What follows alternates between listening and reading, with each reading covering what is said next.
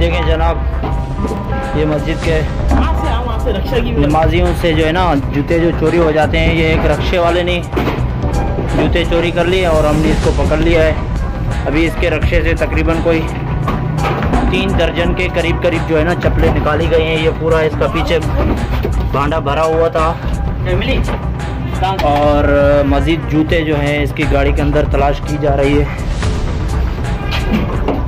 ये देखें जनाब, ये जूते मुख्तलिफ मसाजिद से, ये देखें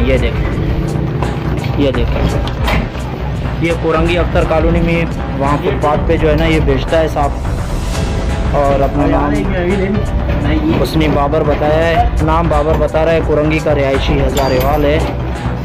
मज़ीद तफ्तीश जारी है इंशाअल्लाह।